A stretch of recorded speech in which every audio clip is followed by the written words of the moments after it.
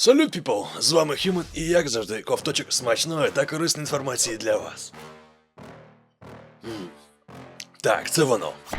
Сьогодні в мене для вас гарна новина, адже Stalker 2 продовжують створювати. Але є й не дуже гарна новина, адже команда Navion, вона програла в турнірі CSGO американській команді. А тим часом українська гейм-студія AB Games, яка вже фігурує не в перший раз у нас, почала створювати дрони для Збройних сил України. І під кінець пару слів про Greedfall. Тож го дивитися, я створив.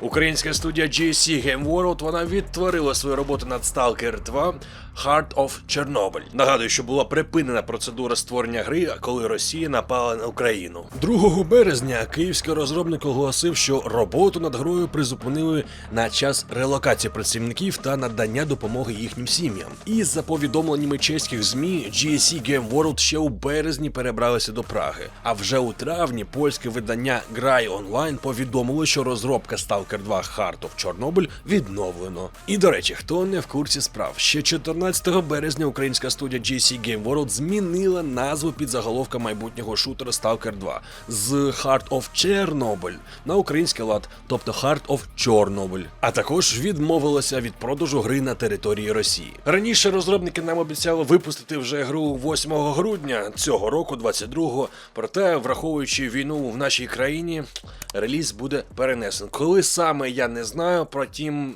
раніше ніж 23-й рік очікувати не потрібно. Вже 22 травня пройшов турнір з Counter-Strike Global Offensive. Це був турнір PGL Major Antwerp 2022, де зустрілися FaZe та Na'Vi. Але на наш фанатський жаль, із рахунком 2-0 перемогу здобула американська організація, а її колектив став першою міжнародною командою, яка отримала трофей мейджору. Як так сталося?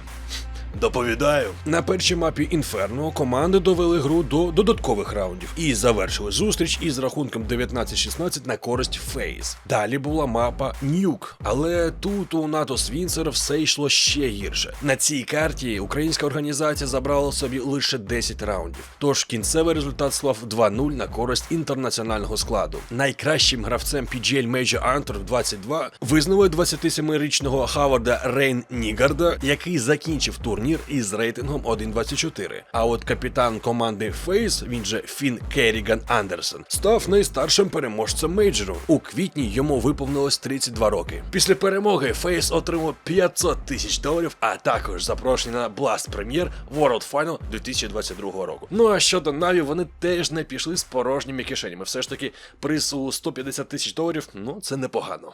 Засновник ігрової компанії AB Games Антоль Большаков разом із інженером Євген Морвачовим вони створили UAV Defense Robotics, нова компанія. Вона вироблятиме дрони для українських військових. І, до речі, вони шукають інженерів собі в команду, тож якщо в тебе або в вас у колектива є якісь певні потрібні скіли, пишіть їм на пошту. Я посилання залишаю в описі під відео. Там потрібні спеці з hardware та fireware. Нині ж у розробці 3 моделі дронів. Це розвідник, вантажний, тобто бойовий, та дрон камікадзе. І за розрахунками собівартість бойового дрону складатиме приблизно 150 тисяч гривень, а камікадзе коштуватиме близько 15,5.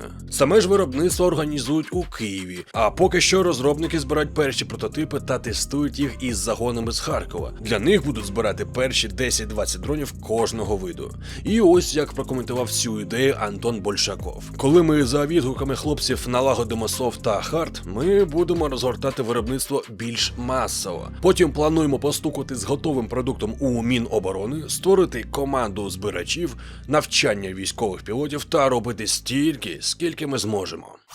Сиквел успішної рольової гри компанії Spiders, вона ж Greedfall, її анонсували нарешті. Самі творці обіцяють у Greedfall 2 The Dying World купу нових подій, гарний світ та взаємодію. І круті локації. І скажу я вам, я їм вірю. І хоч реліз гри Greedfall у 2019 році не став неймовірно успішним, і гра, скажімо, прямо пройшла повз значну кількість геймерської фанбази, тим не менш, гра полюбилася спільноті і змогла продатися накладом понад 2 мільйони копій. Ну а щодо продовження, то творці компанії Spiders планують розвити елементи, які вже сподобалися гравцям. У оригіналі, але й будуть покращувати слабкі сторони. Ну а якщо якщо ж хтось з вас грав у першу частину, то цього разу ми виступаємо не в ролі колонізатора, а будемо вже корінним жителем континенту Гейкейн, який погруз у війні, хворобах та політичних конфліктах. Чіткої дати релізу у нас з вами, на жаль, немає. Проте геймдеви зазначають 24-й рік. Тож, друзі, що нам залишається? Лише очікувати. Ну а наразі, друзі, в мене для вас на сьогодні все. Дуже дякую вам, щиро дякую за вашу підтримку вподобайками, коментарями, переглядами, а також тим, хто потрапив на Patreon. Ну і з вами, як завжди, був Human, і, як завжди, кайфової вам гри.